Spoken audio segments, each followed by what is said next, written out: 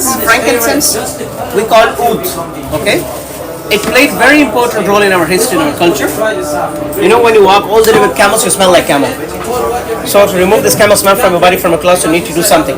So in that time, if you never had any kind of like water, taking shower, if you're walking all the way in desert, you cannot find to shower. So that can be a natural shower. How it works?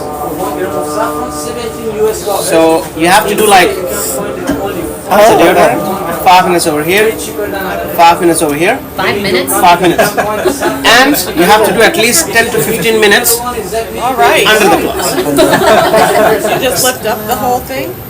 No, we actually keep on the floor and we step on that. Okay. So that's how we do. Okay, right now I don't have that's camera, so I cannot show you how it properly, but that's how it works.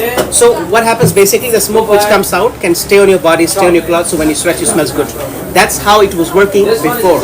Nowadays, people they try to use oil perfumes, which is easy and fast. Who has time like 5 minutes, 20 minutes?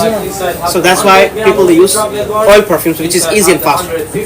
So. And inside after 200 grams of the chocolate bars.